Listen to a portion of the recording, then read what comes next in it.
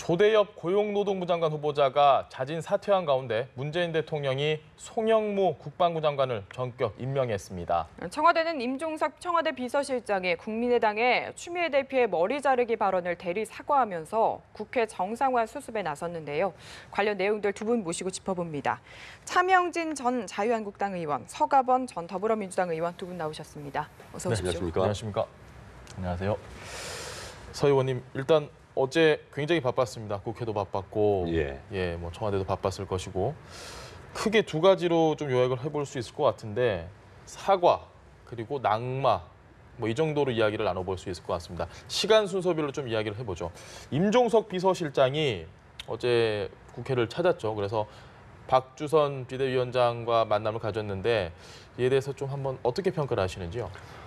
실제로 지금 벌써 한 달이 훨씬 더 넘었지 않습니까? 국회가 꽉 막혀서 도대체 아무것도 돌아가지 않는 그런 상황. 특히나 지금 정부가 출범한 지 두 달이 넘었는데 아직 내각도 구성하지도 못하고 또 추경은 추경대로 막혀 있고 그러면서 또 정치권 내에서는 또 주도권 싸움까지 벌어지고 있는 가운데 사실 청와대의 입장에서 보면은 좀 답답하지만 또 이러지도 저러지도 사실 어려운 그런 상당히 복잡한 그런 이 상황이었는데 임종석 실장하고 전병헌 정무수석 잘 결단을 한 것 같습니다. 또 어제 박주선 의원 만나서 뭐 사과를 했다 그러는데 사과를 했겠습니까? 유감에 이 얘기를 하다 보면은 유감의 표시를 대신 한 거겠죠. 또 워낙 또 서로 간에 잘 아는 분들이고 또 개인적으로는 아주 격이 없이 친한 분들이세요. 세 분 다. 그러다 보니까 이제 뭐 여러 가지 속에 있는 말들도 하고 또 소외도 하고 그러면서 자연스럽게 뭐 좀 이게 너그럽게 좀 이렇게 봐주십시오. 이런 차원 아니었겠습니까? 어쨌든 그러나 이 물꼬를 트고 그렇게 해서 국회가 정상화될 수 있다는 것은 대단히 잘한 것이고 또 바람직하고 또 국민들 보기에도 좋았지 않겠습니까? 네, 알겠습니다. 역시 같은 평가신가요? 이번에 그러니까 국회가 정상화가 되기까지 저는 이 문재인 대통령이 일거사득 네 가지 정도의 득을 본 것 같아요. 첫째, 사실은 많은 분들이 관측했듯이 문재인 대통령이 사실은 협치는 포기한 거 아니냐라는 관측이 임기 두 달 동안 우세했어요. 그런데 이번에 전격적으로 문재인 대통령이 한 분을 낙마시키고 또 한 분 청와대 비서실장을 국회에 보냄으로 인해서 이 일정하게 야당에게 명분을 주고 협치하는 모습을 보였다. 그게 첫 번째 득이고, 두 번째는 우원식 원내대표의 70분간 설득을 받아들이는 모양새를 취함으로 인해서 우원식 원내대표에게 재량권을 줘서 상당히 청와대 밑에 청와대 밑에 국회가 있는 것이 아니라 국회와 상당히 대화를 한다, 동등하게 이런 인식을 줬습니다. 상당히 이것도 의미가 있는 거고, 그다음에 이제 임종석 실장이 실제 직접 국민의당에 가서 사과, 유감의 뜻을 표명한 것은 이거 대통령 뜻이다, 사실은. 이 문제 증거 조작과 관련해서 이 문제를 정치적으로 취급하지 않겠다라는 대통령 뜻을 직접 표명하면서 또 추미애 대표의 체면도 살려준 거예요, 사실은. 그리고 마지막으로는 조대엽 후보자를 낙마시키고 송영무 후보자를 채택한 것은 뭔가, 가만히 보면 이것도 의미가 있어요. 상당히 정의당을 의식한 거예요. 정의당에서 조대엽 후보자는 이게 노동부 장관으로서 좀 하자가 있지 않느냐라는 부분에 대해서 상당히 정의당을 의식하고, 또 이분이 그동안의 인사 원칙으로 가장 중요하게 생각했던 것이 뭐냐, 사실은 비주류 원칙이거든요. 외무고시를 배제하고 검사 출신을 배제하고 뭐 또 여러 가지 이런 비주류를 우선시했던 본인의 어떤 기본적인 생각, 이거를 지금 계속 지킨 거예요. 그래서 제가 볼 때는 이 상당히 문재인 대통령의 고공 지지율이 또 계속 되겠다. 뭐 솔직히 야당 입장에서 봤을 때 뭐 그런, 물론 이제 여기서 이제 마이너스 요인도 있지만 일단 득 요인은 이렇게 네 가지가 있습니다. 이게 상당히 괜찮은 포석이었다 이렇게 보여집니다. 네. 상당히 묘수였다라고 지금 평가를 하시는데 방금 차 의원께서 약간 이야기를 해주신 부분 중에 추미애 대표의 체면을 살렸다라고 이야기를 했는데 실제 보도들이 많이 나오는 건 좀 머쓱해진 게 아니냐, 굉장히 당황한 상황이다, 뭐 추미애 패싱 이런 얘기도 나오고요. 어떻게 평가를 하십니까? 그러니까 겉으로 보면은 일견 그렇게 보일 수도 있겠죠. 예. 왜냐하면 뭐 정말 최전선에 서서 지금 막 칼을 휘두르고 있는데 뒤에서 이 청와대가 그냥 이거 디스한 거 아니겠냐. 뭐 이렇게 보일 수 있지만은 그거는 정말 표면적인 것이고요. 지금 우리 차 의원님 말씀 주신 대로 그 청와대는 청와대, 또 이 국회는 국회, 또 당은 당이거든요. 지금 이 당이 민주당이 집권당이 됐습니다마는 정말 그 국회 상황이라는 게 지금 여소야대 전국에서 꼼짝달싹을 하지 못하잖아요. 자칫하면은 전국의 주도권을 여당이 잡기는커녕 그야말로 존재 자체도 희미해질 수 있는 거거든요. 당 대표가 있고 또 원내 대표가 있는데 당 대표는 이 국민을 상대로 해서 이 정치적 활로를 개척하고 또 정치적 입지를 세워서 국민들로 하여금 이 더불어민주당을 지지할 수 있게 하고 또 당의 여러 가지 이 정책들을 또 펴나가야 되지 않겠습니까? 반면에 또 우원식 원내대표는 안에서 살림살이를 해야 됩니다. 야당과 협상을 해서 끊임없이 액을 복구를 해가면서 또 이 협치를 이뤄내서 어쨌든 이 법안들 하나라도 통과를 시켜내야 되거든요. 청와대는 그 중간에서 또 애매하죠. 그래서 아까 우리 차 의원님 말씀하셨습니다만 여러 가지 고민들 속에서 그런 이제 정치적 이 전략들이 그 속에 개입이 되면서 활로를 찾아냈는데 정말 뭐 그 누구에게도 손해 없이 자연스럽게 물꼬를 튼 것 같습니다. 제 생각엔 서 의원님께 한 번 더 질문을 드리면 어쨌든 추경이라는 것에 발목을 잡은 건 국민의당이 등을 돌아섰기 때문이었고 그게 추미애 대표의 발언 때문이었고 결국 추미애 대표의 발언이 논란이 됐는데 청와대가 대리 사과를 했다라는 표현까지 나오고 있어요. 추미애 대표가 이 중간에 빠진 것이 결국 추미애 대표도 득이라는 말씀이신 건가요? 실제로 지금 어쨌든 이제 처음에는 이 우리 당 지지자들로부터 상당히 그 호응을 받았지 않습니까? 또 지금도 그렇고요. 그랬는데 이런 것이라고 하면은 지금 이제 왜 나서서 지금 이게 다 꼬이게 만들어 놓느냐?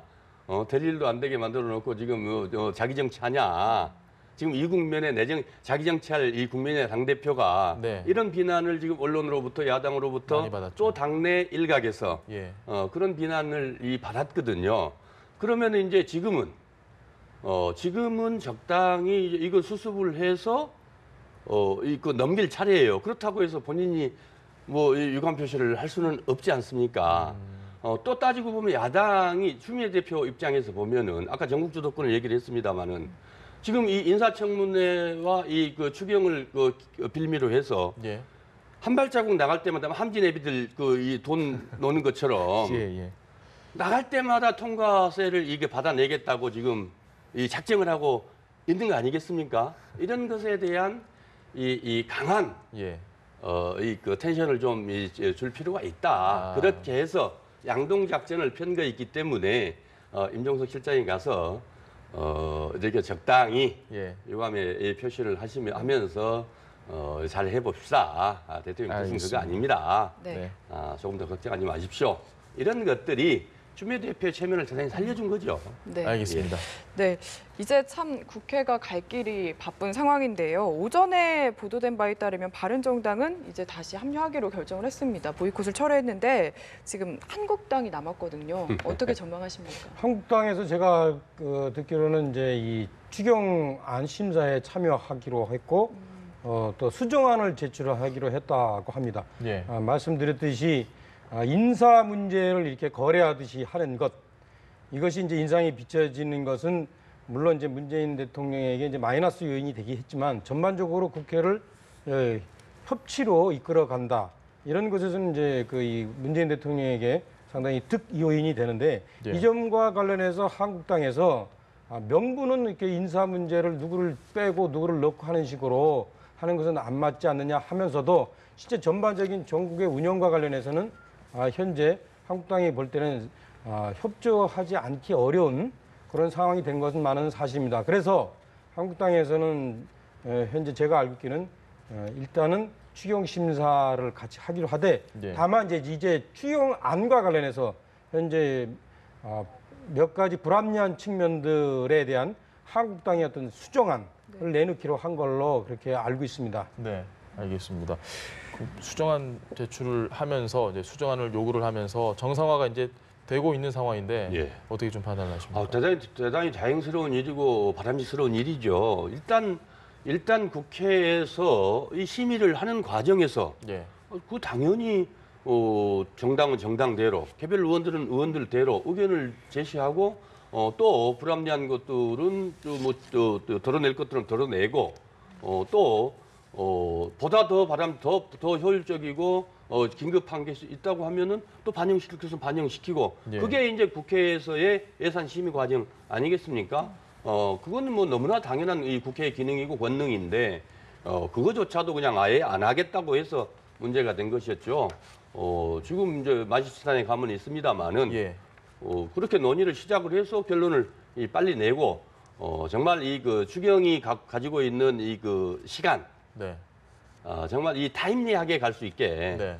그래서 그 효과를 반감시키지 않도록 좀 더 속도를 내서 심의해 주기를 국민들도 바랄 겁니다.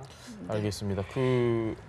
차 의원님 지금 이제 남은 인사청문회 일정들이 좀 있습니다. 어제도 뭐 박상기 후보자에 대한 이야기가 상당히 많았고 지금 검찰총장 후보자도 남았고 보건복지부 장관 후보자도 남았는데 오늘 김희수 헌법재판소장에 대한 표결이 또 지금은 제동이 걸렸어요. 일단 안 하는 걸로 얘기가 지금 되고 있는데 한국당의 셈법이 상당히 복잡해졌다 이런 이야기가 있습니다.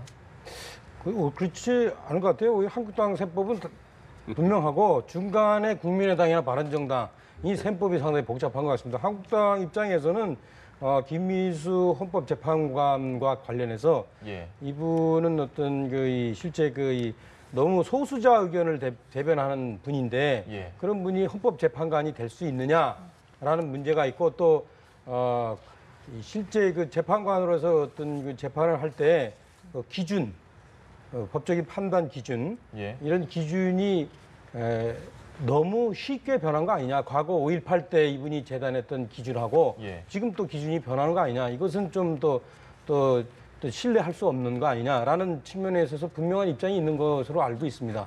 네, 어쨌든 야 3당의 공조는 지금 깨어졌다고 해야 될까요? 그런 상태인데 특검법 문제 이야기도 해봐야 될 것 같습니다. 지금 관련해서 특검을 원래 야 3당이 함께 하기로 했는데 이건 또 어떻게 될까요? 특검법이라는 것 자체가 사실 지금 문준용 씨 예. 취업 네. 특혜 이른바 특혜 비리라고 얘기를 하는데 이미 다 보도됐고 국민들이 알 만큼 알지 않습니까? 이 대선 기간 내내 그 문제를 가지고 이 논란을 벌였고 공격을 해왔고 지난 대선 때도 그랬고 그 전에 국회에서도 예. 충분히 다뤄졌지 않습니까? 네네. 지금 우리가 여당이 됐지만은 과거 지금 자유한국당이 여당인 시절에 예. 만약에 그 문제가 비리가 있었다고 하면은 예. 그때 이미 다 충분히 밝힐 수 있는 이 권능을 갖고 있었잖아요. 예. 그러지 못했는데 오죽했으면은 이제 이 조작까지 해서 네. 증거 조작까지 한 사건을 가지고 특검을 하겠다고 하는 것은 그냥 말 그대로 정치 게임 하고 있는 거죠. 좀 욕 좀 보이고 또 생채기 좀 내겠다 이런 예. 것들인데 우리 국민들이 그럴 정도로 그럴 정도로 이게 용납할 만큼 우리 국민들이 지금 현명하지 않은 건 아니잖아요. 그러니까 원래는 충분히 다 국민들이 알 것이라고 생각합니다. 이 특검법에 대해서 특히 국민의당도 상당히 강경한 입장이었는데 어제를 기점으로 상황이 좀 바뀌었잖아요. 예. 그렇기 때문에 이 특검법에 대한 이야기도 조금은 들어갈 수도 있지 않느냐. 당연히 이제 더 이상 이걸 가지고 이 공방을 벌인다는 것 자체가 네. 공당으로서 아무리 야당이지만 예. 공당으로서 좀 체면이 안 서는 것 아니겠습니까? 알겠습니다. 예. 차 의원님 어떻게 생각하십니까? 그러니까 우리가 이제 정치를 어떤 문제를 놓고 얘기할 때 예. 정치인들이 어떤 문제에 대해서 어떤 공적인 대의 이런 것이 아니라 자신들의 정파와 개인적 이익을 우선한다 이렇게 비난하는 거는 저는 아무 필요 없는 얘기고 쓸데없는 얘기라고 봐요. 네. 왜? 정치인들이 어떤 문제를 얘기할 때는 반드시 자신의 정파와 자신의 개인의 이익과 연관되면서도 그것이 공적으로 대의적으로 명분이 있기 때문에 채택하는 겁니다. 그 둘 중에 어느 하나가 아니라 둘 다입니다. 그래서 이번에 문준용 의원의 취업특혜 비리에 관련해서 야당에서 문제 제기하는 것은 예. 야당에서는 그 문제를 제기함으로써 일정하게 문재인 대통령에게 상처를 내고자 하는 의지가 있는 건 분명히 맞는 겁니다. 예. 하지만 아무 근거가 없는 것 같고 얘기하면 야당은 욕먹게 돼 있어요. 하지만 말씀드렸듯이 현재 야당이 보기에 이 문준용 군 취업특혜 비리 의혹과 관련해서는 뭔가 좀 찝찝한 면이 있지 않느냐. 예. 차제에 이 문제를 한번 들춰보자라는 공적 대의적인 명분이 있기 때문에 제기하는 겁니다. 그래서 그런 공적 대의적인 명분이 있는 그 찝찝함을 무시하고 야당이 너네 이익을 위해서 이렇게 발목 잡게 하는 거 아니냐. 한번 상처내보기자 하는 거 아니냐. 이런 거는 글쎄 제가 모르겠어요. 그냥 정치 모르는 평론가 얘기할 때는 그 맞다고 할 수 있어요. 정치 해본 사람이 그런 얘기하는 소리는 예. 야 속하고 겉하고 다른 얘기하느냐 이렇게 라는 생각을 공격을 받을 수밖에 없습니다. 서 의원님께서 또 하실 말씀이 있으실 것 같은데. 팩트가 중요한 건 팩트라는 거죠. 예. 이미 팩트가 다 확인된 것 아니겠습니까? 예. 나올 만큼 충분히 논의될 만큼 논의됐고 또 뒤질 만큼 뒤졌고 네. 결국 결과가 조작으로 나타났고 이런 것이 이제 아까 말씀 주셨듯이 이 정치적 좀 조금의 이득을 보기 위해서 네. 같이 또 편승해 준 거 아니겠습니까? 네. 그런 이 과정들인데 그게 어떻게 더 진행될 수 있을 만큼의 동력을 얻기는 어렵다 이 말씀이죠. 네, 그렇다면 장제원 의원 조금 다른 얘기긴 한데요. 장제원 의원은 과연 어떤 의도를 갖고 이런 발언을 했을까 좀 궁금해지는데 자신의 한국당 복당이 정치 인생뿐 아니라 삶에서 가장 잘못된 결정이다 이런 이야기를 해서 또 논란이 됐더라고요. 글쎄 이 문제에 대해서는 제가 자당 의원이기 때문에 뭐라고 또 얘기하기가 이렇게 공적으로 네. 좀 어려운데 본인이 하여튼 제가 볼 때 여러 가지 생각이 많은 것 같아요. 예. 많은 것 같은데 분명한 것은 아마 본인이 지금 여러 가지 생각하는 자기 가치관 문제하고 자기가 다음에 또 한 번 재선되기 위해서 당선되기 위해서 지역 기반을 살폈을 때 지역 민심하고 좀 괴리가 있는 것 같아요. 그러니까 이게 생각이 왔다 갔다 하지 않나 이런 생각이 드는데 그럴 경우에 저는 제가 정치 선배이니까 예. 장제원 의원한테 얘기하고 싶은 거는 조금 기다려주는 것이 좀 필요하지 않나. 당의 모습이 자기가 본인이 생각할 때 좀 개혁되는 모습으로 가는가 안 가는가를 좀 지켜보면서 미리 좀 얘기하는 것이 미리 얘기하는 것보다 그렇게 이해하는 게 저는 좀 필요하지 않을까 이런 생각이 드는데 지금 이렇게 먼저 나서서 예. 예를 들어서 혁신위원장인 유시춘 위원장이 과거에 학자 시절에 했던 발언을 갖고 그것이 앞으로 혁신의 방향이 될 것으로 미리 예단하는 것이나 하여튼 자기가 어떤 한번 움직였던 것에 대해서 좀 지나치게 예. 후회한다라는 그런 예. 표현을 좀 과도하게 또 이렇게 공적으로 언론에 나서서 하는 얘기나 예. 이렇게 하면은 문제가 되는 게 뭐냐면 정치인 같은 경우에는 제가 볼 땐 이래요. 정치인 같은 경우에는 빨리빨리 바꾸면 안 돼요. 그러니까 유권자들은 선택하는 사람들이기 때문에 이게 바꿀 수는 있으나 정치인 같은 경우에는 자기의 어떤 입장 이런 것들이 좀 일관되는 게 필요합니다. 그거는. 네. 네. 물론 사람이기 때문에 생각이 바뀔 수는 있지만 근데 그런 측면에서 너무 빨리 바뀌는 모습을 보여주는 것도 정치 리더의 모습으로서 좀 알겠습니다. 네. 부족하다 이렇게 생각됩니다. 예, 지금까지 두 분의 의원님 모시고 이야기 나눠봤습니다. 오늘 말씀 감사합니다. 네, 고맙습니다. 감사합니다. 감사합니다.